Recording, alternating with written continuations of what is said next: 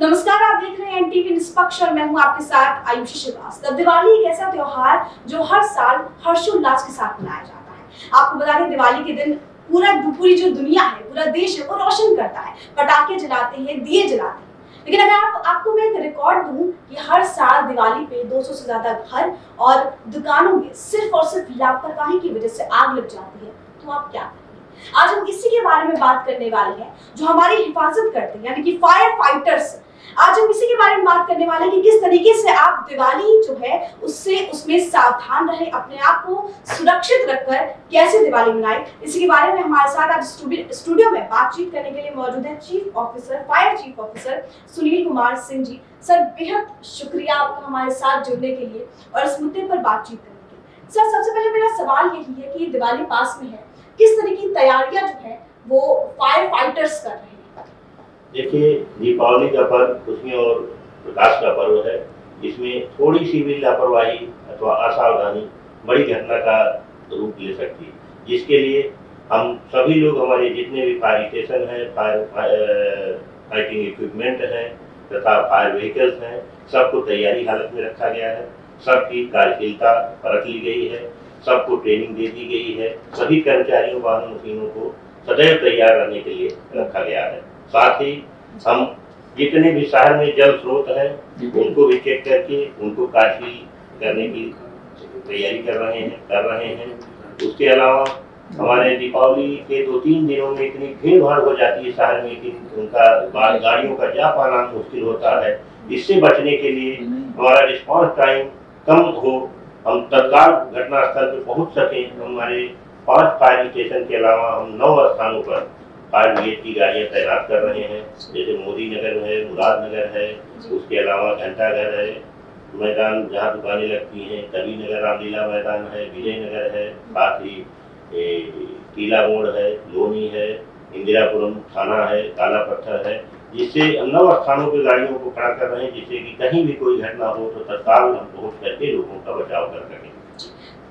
Sir, सावधानी को देखा जाए तो वो किस तरह, आम आदमी की बात की जाए तो वो खुद को कैसे सुरक्षित रखे? आप तो 24 घंटे तक पर हैं, लेकिन आम आदमी किस तरीके से खुद को सुरक्षित रखे, अगर आप इसमें बता सकें। देखिए, आम आदमियों के लिए मेरी सलाह है कि कुछ सावधानियां अपना करके वो अपनी दीपावली की खुशी को कई गुना बढ़ा सकते हैं। जैसे कि दीपावली में लोग घरों को अच्छी तरह से झालर से आज से सजाते हैं, तो सजाते समय देख लें कि हमारी वायरिंग, विद्युत की वायरिंग जो पहले से हुई है, जितना हम उसमें सजावट कर रहे हैं, झालर लगा रहे हैं, अन्य उपकरण लगा रहे हैं, उनका भार वो वहन कर सकती है कि नहीं तो वही पता लगा हीट होकर के ओवर हीटिंग के कारण शॉर्ट सर्किट होती है और आग लग जाती है। साथ ही लोग पूजा पाठ करते हैं, दिया जला करके बाहर चले जाते हैं पटाखा फोड़ने। कोई चूहा चलते हुए आया और वो दिया गिर गई और समीप पर्दा जो लगा हुआ है या कोई जलने वाली वस्तु है तो उससे उसमें आग पकड़ ली। इसके अलावा लोग बच्चों को कतई उनको पटाखा फोड़ने के लिए अकेले में कतई न दें, उनके साथ वयस्क जरूर रहें। जहाँ पटाखा छोड़ने के लिए एक स्थान का, खुले स्थान का चयन कर लें, क्योंकि बंद स्थान हमेशा घातक होता है। ताकि खुले स्थान में ही एक साथ पटाखे का उपयोग करें और पटाखे खरीदते समय ये जरूर देखें कि वो ग्रीन पटाखे हैं अथवा नहीं, क्योंकि माननीय एनजीटी और सर्वोच्च न्यायालय के आदेश से अन्य पटाखों का ग्रीन के अलावा जितने पटाखे हैं एनसीआर में प्रतिबंधित हैं। तो इन चीजों का ध्यान रखें। साथ में पानी अपने पास जरूर रखें और छतों पर या अपनी बालकनी में कोई जलने वाली वस्तु न रखें, क्योंकि पटाखा या राकेट कहीं से आकर के उस पर गिरने से आग लगने की घटनाएं भी घटित होती हैं। तो ये सारी सावधानियां हैं जिनको अपना करके आप दीपावली की खुशियों को कई गुना बढ़ा सकते हैं। जी सर, युवाओं की बात की जाए तो तादाद ज्यादा देखी जाती है। हर साल ऐसी घटनाएं होती हैं कि युवा जो है हाथ में कोई पटाखा लेता है और वो जल जाता है उसका हाथ। तो युवाओं को किस तरीके से बताया जाए कि भैया आप सुरक्षित रहिए, आप इस तरीके की हरकत जो है ना करें, शो ऑफ के चक्कर में ज्यादा ना आइए, आप किस तरह से बताएं? देखिए, हम लोग इधर काफी स्कूल, कॉलेज या आवासीय सोसाइटियों में भी जाकर के जागरूकता अभियान चला रहे हैं कि कैसे दीपावली आपकी खुशियों का पर्व कहीं जो है किसी दुख का कारण न बने। पटाखे छोड़ते समय हाथ में लेकर के न छोड़ें। साथ में ही ऐसे पटाखे जो एक बार आपने छुड़ा दिया और नहीं छूटा तो उसको पुनः छुड़ाने का प्रयास कतई न करें। कोई पटाखा आप जला रहे हैं तो वो नहीं चल रहा है, तो उसको खुरुच करके लोग देखते हैं कि कैसे मैं खरीद के लाया हूँ कि इसको किसी तरह जल जाए। तो ऐसा कदाप न करें, उससे जो है और फट सकता है, आपको क्षति पहुंच सकती है। तो ये सारी सावधानियां हैं जिसको अपना करके लोग अपनी खुशियों को और बढ़ा सकते हैं। सर, आपको फायर फाइटर्स कहा जाता है और आप 24 घंटे तक पर रहते हैं, दिवाली के दिन भी आप अपने परिवार के साथ नहीं रहते हैं। ऐसे में सर, जो ये सिस्टम आ रहा है, ऑपरेटेड फायर सिस्टम जो है गाजियाबाद में संचालित किया जा रहा है, सर इसके बारे में आप बताइए कि जो फायर फाइटर्स है उनके लिए कितना जरूरी है, वो कितने सुरक्षित हो जाएंगे? क्योंकि हम ऐसी खबरें देखते हैं कि जब भी कहीं आग की ऐसी घटनाएं होती है, जब विभाग जाता है तो उसमें कोई ना कोई किसी न किसी के हाथ जल जाते हैं या कुछ ना कुछ उनके साथ घटनाएं हो जाती हैं। तो इस पर आप क्या कहेंगे?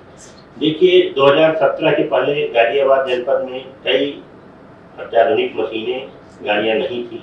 हमारे शासन ने हाइड्रोलिक प्लेटफॉर्म 42 मीटर का यहाँ 17 में उपलब्ध कराया, जिससे हम बहुमंजिले भवनों में जाकर के आग बुझाने का, साथ ही रेस्क्यू का काम कर सकते हैं। उसके अलावा गाजियाबाद में माननीय सांसद स्थानीय केंद्रीय मंत्री general doctor VK Singh ji ने 2 फॉर्म टेंडर दिया। होता क्या था कि यहाँ केमिकल फैक्ट्रियाँ हैं, पेट्रोल पंप हैं और तमाम तरह के केमिकल की आग बुझाने के लिए उनका रहने से एक तो हम प्रभावी ढंग से उन पर नियंत्रण पा सकते हैं, दूसरे हमारे कर्मचारियों की भी सुरक्षा रहती है।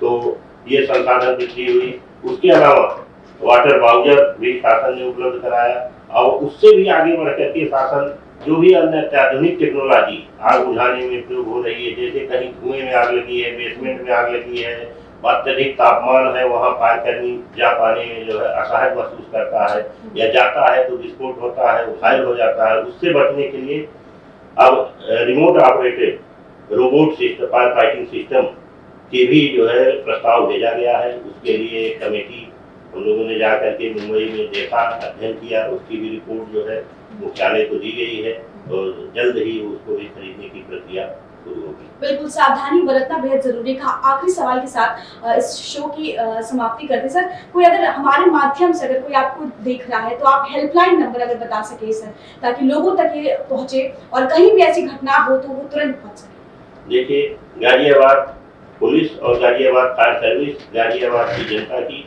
सुरक्षा के लिए 24 घंटे तत्पर है। हमारा कंट्रोल रूम फायर सर्विस का भी और पुलिस का भी मॉडर्न कंट्रोल रूम 24 घंटे संचालित है। आप कहीं भी कोई आग लगे या किसी तरह की असहाय महसूस करें, कोई भी आपको खतरा उत्पन्न लग रहा हो तो आप तत्काल डायल 112 पर कॉल करें। साथ ही फायर सर्विस का 101 नंबर भी कॉल कर सकते हैं। उसके अलावा सभी थानों को या जो भी आपसे थाने, पुलिस, फायर सर्विस से संबंधित लोग हैं उन्हें भी सीधे सूचना दे सकते हैं। हमारा और भी बेसिक नंबर और CUG नंबर अखबारों में लगातार प्रकाशित होता है, उसे अपने पास अवश्य रखें।